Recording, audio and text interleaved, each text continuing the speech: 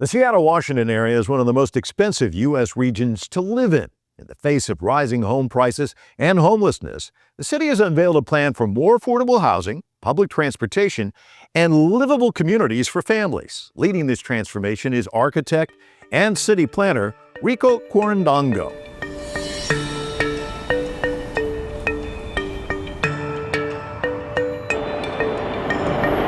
I traveled to Seattle to speak with Quirindongo. He has served as director of the City of Seattle's Office of Planning and Community Development since 2021. It's interesting, I watched your TED Talk, and I loved your description of growing up, and I think you called it human storage containers, I think was how you put it. It was very funny. But then you showed the picture, and I was like, yeah, I totally get that. And actually, I'm staying in a place right now where I'm like, it sort of feels like that kind of a place. But it does kind of impact you as a person. Can you talk about that upbringing and the thought of actually describing it that way to an audience? Yeah, it's interesting because I was an architect for 27 years before taking on this position as director of the Office of Planning and Community Development for the City of Seattle.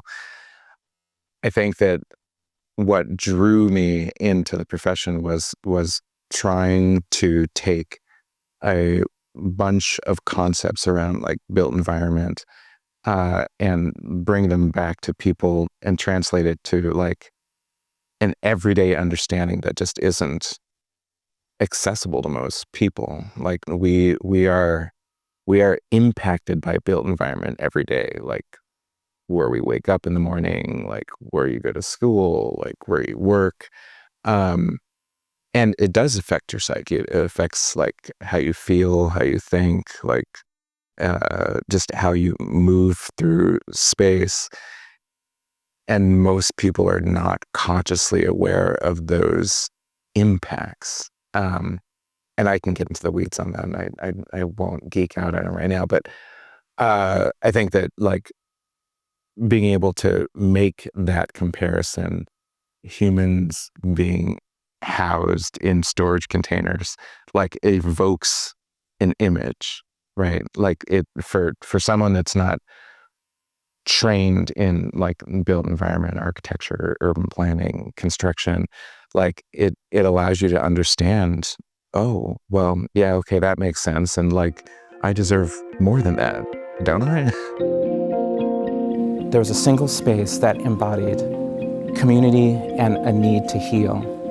Quirindongo has spent his 30-year career revitalizing historic landmarks and reimagining neighborhoods.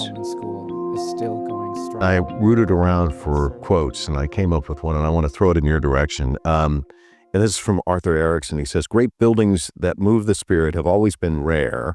In every case, they are unique, poetic products of the heart." And I thought about that in placement to what you were describing, your upbringing, which seems like a soulless structure and places of the heart. And when you look at the landscape, the places of the heart, the reason why we look at them and go, wow, this is amazing, is because there are so many soulless structures. Why do you think that is? Well, so it's interesting. I think that for a lot of architects, we are misunderstood artists. So what that is to say is like you have a vision around creating a thing. That thing somehow embodies history, art, nature, culture, and it is a work of both vision and love that starts internally, your lived experience, and like how that then gets articulated in whatever the build form is. That is not how stuff gets built in the United States. Like it's just, that's not a thing, right? Like there's market forces, there's cheap asbestos, there's what the material timelines are for getting stuff on site, there's traffic and getting things down the freight corridors. Like these are things that drive decision making for what gets built here, not how is this a embodiment of like culture and place that like I'm going to inhabit and like share with family and friends, and that exhibits the history and values of the place that I live. That's what you want. That's what I want. But it's not. It is not common in construction. Okay, so for 27 years, it sounds to me like you're banging up against that wall. What was that experience like? Well, so I think, it's interesting. So for the better part of 17 years, I worked with a mentor and friend of mine, Donald King. He brought me into the Black man from Detroit, started his own practice in the mid 80s. I joined his firm a decade later. We had this idea that, like, regardless of the size of the project, how small or how large, whatever, how small the budget or how large the budget, and regardless of who the client was, where could you find an opportunity for inspiration in that project? And it could be a doorway, it could be an accent wall, it could be like a wing of the building, whatever that looked like. And the reason I bring that up, to answer your question, is that I think that we have to be realistic, like in our jobs and the work that we do, around the possible, and then around the opportunity for betterment. Like, I think that's just really important for us as we move forward, like through this universe of complexities and like the mundanities of every day. Like, where are things that you can actually hold on to that actually make you feel good to be here?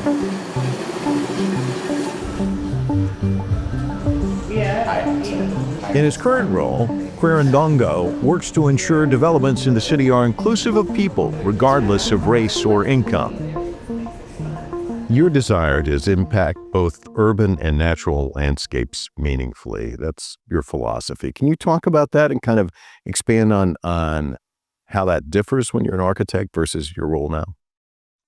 Sure. So I think it a little bit boils down to this discussion of single site solutions versus like design for an entire community and a city.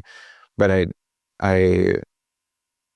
so interestingly, for my thesis, my master's in architecture, which I got at the University of Washington, I chose a very difficult community project. So there were a community of Black elders, activists who occupied a closed schoolhouse in the Central District and wanted to turn it into an African American museum.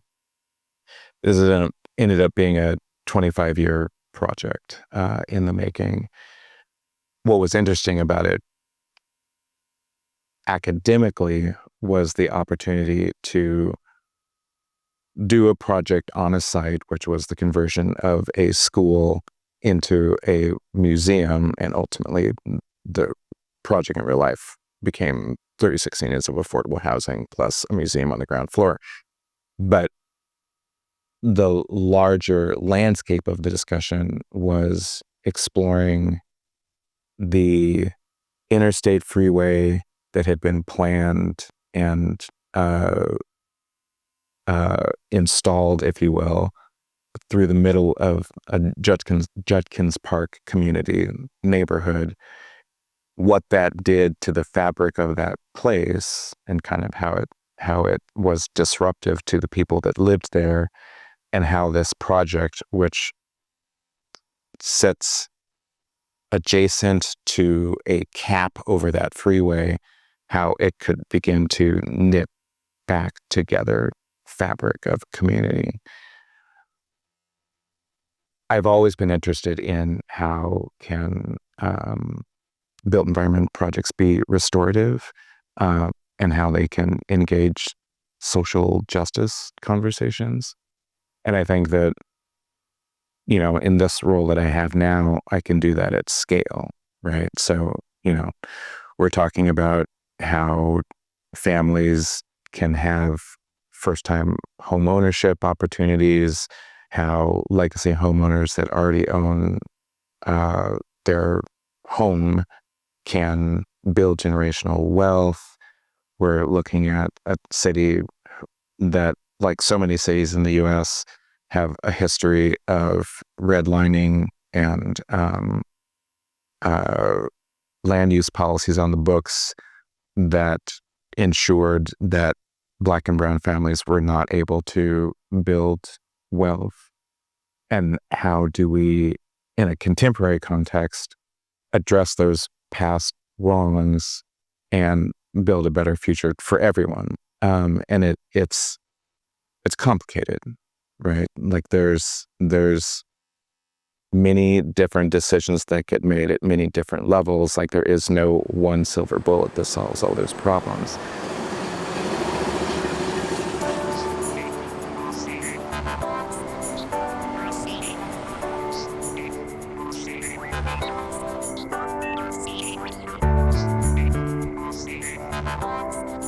Rico, when it comes to pride, you look here, and this brings a certain amount of pride, doesn't it? Yes, I absolutely love this space. Yeah. Talk to me about it. I mean, because it was a kind of a interesting evolution, wasn't it? Yeah, so, when this plan was originally drawn up, the community was not interested in seeing another development happen in this space.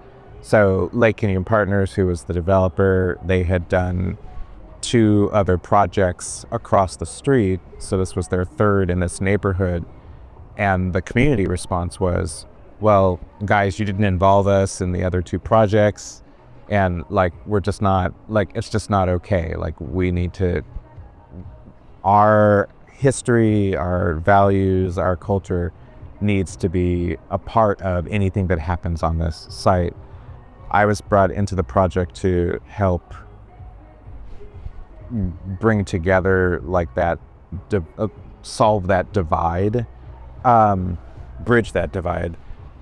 And we began really, I think it was like a 18-month to 2-year process where we convened community, had a series of interviews, conversations, open houses, talked to people about what they really wanted to see happen here, what would be transformational for them, and then how, for the developer, how they could take that community vision and incorporate it into the developer landscape for what needed to happen here. So that balance between the developer pro forma, the development of 430 units of housing, but then the community desire to create a place and a space that welcomed them and that reflected the culture, food, small businesses, art that is a part of what makes the Black community here, the Central District for City of Seattle. It makes it the special place that this is. And so to take a project like the square that we're standing in right now, is now a civic gathering space. And that's not, when you think of housing developments, that's not what you think of, right? Right. And so we have a stage, we have a space for people to gather, we have all of these Black-owned businesses that open out onto the square and provide activation. And it really has become a place that people feel proud to speak about, be a part of, bring people to. That's become a cultural destination location for Black families here. There is something here for everyone, and it's a part of the everyday. It's transformational for everyday life. And I think that's the thing that is really special for me. Vulnerable people! The United States is facing a national housing crisis for people at or below the poverty line. The U.S. has a shortage of 7.3 million affordable rental homes available. That's according to the National Low-Income Housing Coalition. I think they're issues that we're seeing all across the country, and undoubtedly you have to face them as well. One is affordable housing. How do you tackle that, and how severe an issue is that? So I would say that, we're seeing a housing crisis nationally and at a scale that we haven't seen before. During COVID, I think that we can all agree that what we saw there was that people that were in a good financial position or good position in their lives generally either maintained that position or got better, and people that had less resource or were not doing well in their lives did worse. We're still dealing with the negative outcomes of that circumstance today. And one of the realms that you're seeing that is related to our housing in landscape. It's a national problem. It is. It's not a blue city problem. The problem exists in rural counties. It exists in the suburbs. It exists in city environments. And I think that it will take many years, it will take decades for us to turn a corner and get to a place where everybody has access to a home that meets their needs. There is it sometimes feels an insurmountable amount of work that we have to do to put the thumb on the scale of the systems that are in place to get to a greater level of equity than we have right now. In gentrification, what can be done about that? So gentrification is an extremely complicated topic. A more affluent community moves into that neighborhood, and the community that was there that could afford to live there before often gets forced out. Sometimes they get bought out. Sometimes they just can't afford their property taxes anymore. And so they are forced to move elsewhere where they can afford to live. Finding policy solutions that can walk alongside investment solutions that can stem gentrification and displacement requires a consortium of people working together to address the problem. So as a foundation, I think that there are things that we can do that are land use policy related that can make it possible for more affordable housing to be built. And then, so we have our Office of Housing, we have a new levy that was just passed to build $1 billion worth of new affordable housing units in the city of Seattle. There are steps that we can take to create for more affordability, which should help address the issue of gentrification. But it also has to be a conversation where we're working with the development community. That development community is working in a thoughtful way with communities that are in place, where in partnership, public-private partnership, we are creating thoughtful spaces, placemaking, where new development takes cues from the historic and existing communities that are already there. And what we build is integrated within an existing cultural context. A lot of what gets built right now doesn't get built that way. And that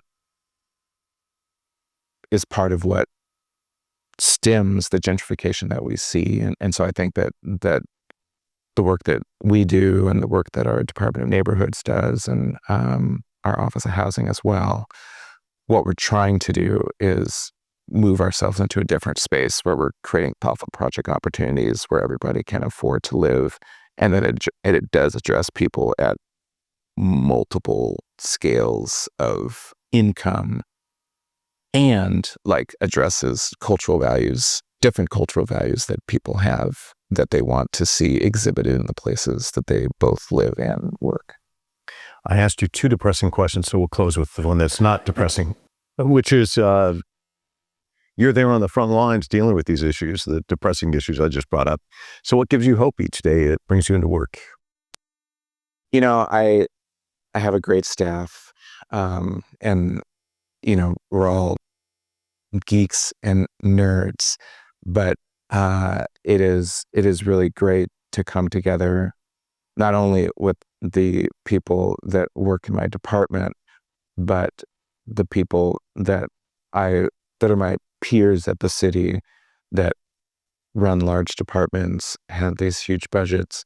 But the reason that we all come to work is because we feel a sense of responsibility to serve the public and to do public good, which, you know, it's that is not, everybody does not come from that point of departure with regards to like what they do in their daily lives and their daily decision making.